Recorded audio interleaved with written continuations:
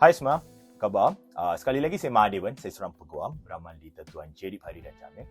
Topik kita pada hari ini adalah kes kecuaian dari perspektif seorang peguam. Mula-mula sekali tuan-tuan dan puan, bila kita sebut kecuaian ni, kata dasar adalah cuai. Maksudnya, ianya bukan satu perkara ataupun sebuah aktiviti yang dijalankan dengan sebarang niat. Maksudnya tidak ada sebarang niat ataupun elemen jenayah di sini.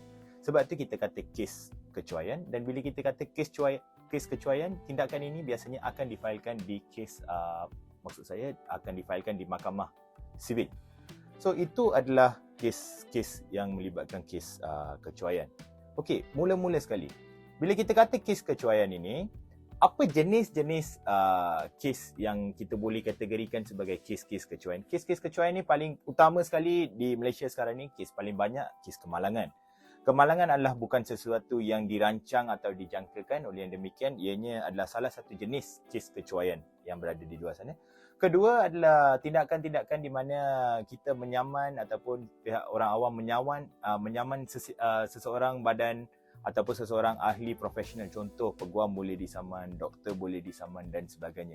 Tapi yang penting di sini kena ada pembuktian atau kena menunjukkan ada elemen kecuaian. Tapi kamu kena ingat ya, kecuaian ini tidak tertumpu kepada badan-badan profesional atau ahli-ahli profesional ataupun kemalangan sahaja.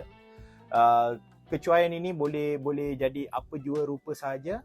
Sebagai contoh, kamu pergi kepada shopping kompleks, kamu mengalami kecederaan dan sebagainya, itu juga adalah salah satu ciri kes kecuaian jika ada sebarang elemen kecuaian di situ. So, kamu jangan ingatkan kes kecuaian ini hanya tertumpu kepada ahli profesional ataupun kepada kemalangan saja, tapi skop dia ni agak meluas. Kita kena tengok satu persatu, dan kalau saya nak terangkan satu-satu hari ini, memang kita tidak ada masa yang mencukupi untuk saya terangkan.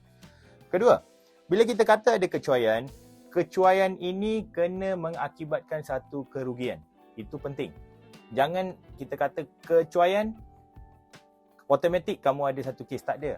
Bila kamu ada kes kecuaian, walaupun kamu boleh buktikan kecuaian itu betul, individu ini cuai, tapi kecuaian itu harus disokong oleh satu kerugian, kerosakan dan sebagainya. Ini kita kena ingat. Kalau ada kecuaian, tidak ada kerugian, maka tidak ada makna kamu memfailkan tindakan tersebut. Sebab bila kita pergi mahkamah ni, kita berbincang mengenai ganti rugi. Kalau kamu pergi mahkamah, kamu kata individu ni cuai, okeylah, memang betul dia cuai lah, tapi apa kerugian yang dia alami oleh kamu? Kalau kerugian yang dia alami oleh kamu itu minima ataupun tidak wujud, maka tidak berbaloi lah untuk kamu meneruskan tindakan mahkamah. Ini kamu kena ingat. So, apa jenis kerugian yang saya maksudkan sini? Okey, biar saya terangkan dengan lebih lanjut. Mula-mula sekali kita sebut pasal ganti rugi am. Ganti rugi am ini adalah jenis-jenis kecederaan yang kita tidak boleh nilaikan dengan wang ringgit. Saya bagi contoh.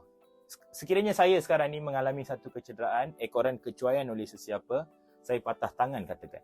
Tapi bila saya patah tangan ini, bagaimana kita nak menentusahkan berapa kerugian sebenar saya? Saya patah tangan. Mungkin tangan saya ni saya rasa special sebab saya rasa mungkin tangan saya ni berharga ke apa ke. Tapi bagaimana kita nak tahu berapa harga ataupun berapa kerugian yang saya alami ataupun berapa nilai yang saya boleh letakkan untuk keretakan tangan saya ini. Ini bila kita sebut kecederaan-kecederaan yang tidak boleh ditaksirkan dengan nyata, kerugian-kerugian yang kita tak boleh nyatakan dengan nyata, ini kita panggil ganti rugi am. Ini kamu kena tahu.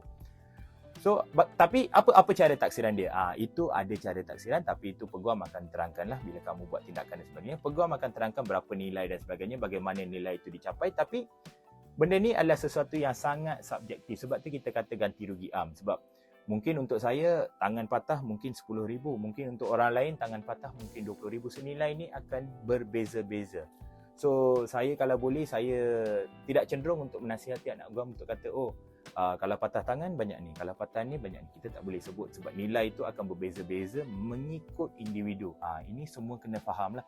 Sebab tu kita panggil dia ganti rugi am. Sebab ganti rugi yang kita tidak boleh taksirkan dengan nyata, itu adalah kategori ganti rugi am.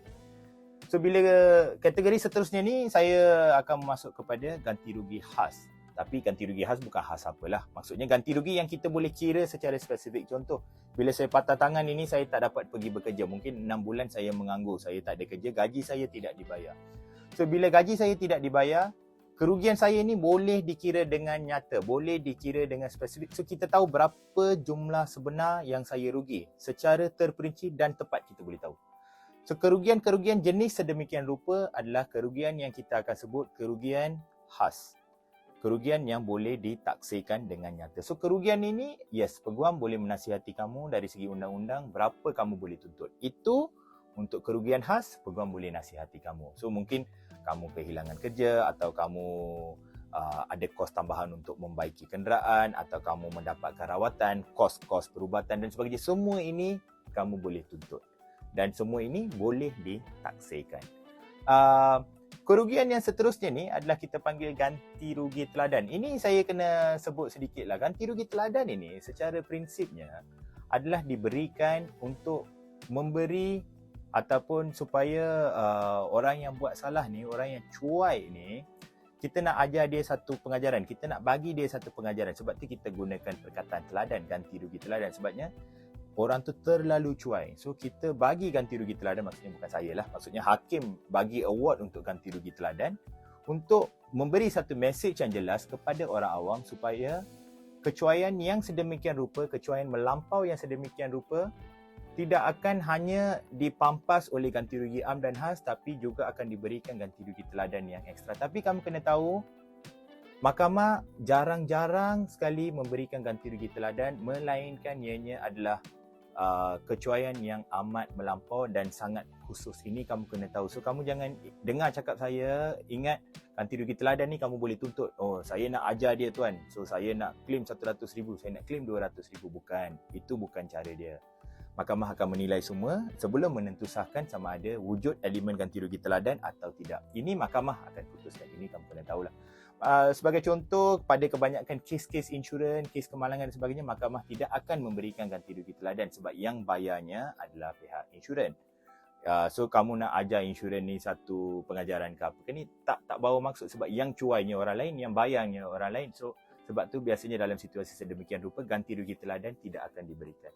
Seterusnya, poin kita yang terakhir untuk hari ini adalah mahkamah juga akan mengambil kira sumbang cuai apabila memberikan satu award.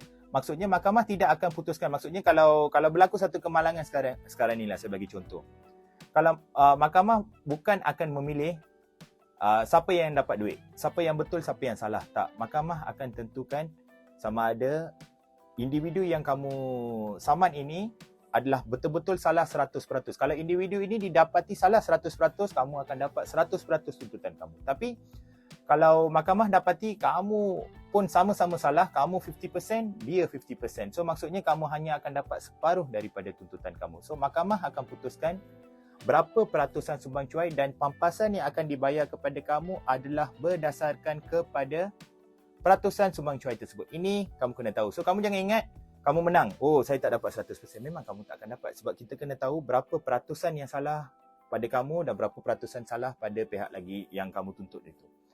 Yang terakhir sekali kamu kena ingat, hanya disebabkan kamu failkan satu tuntutan tidak bermaksud tuntutan kamu ini akan dibenarkan. Maksudnya, kalau pihak lagi satu boleh mengemukakan pembelaan yang sewajarnya, yang bermerit, tuntutan kamu boleh ditolak. Dan bila tuntutan kamu ini ditolak, kamu harus bayar kos. Ini kamu kena ingat ya. So bila kamu kalah ini, kamu kena bayar kos. So maksudnya walau kamu mendakwa orang ini cuai, tapi mahkamah mendapati orang ini sebenarnya langsung tidak cuai.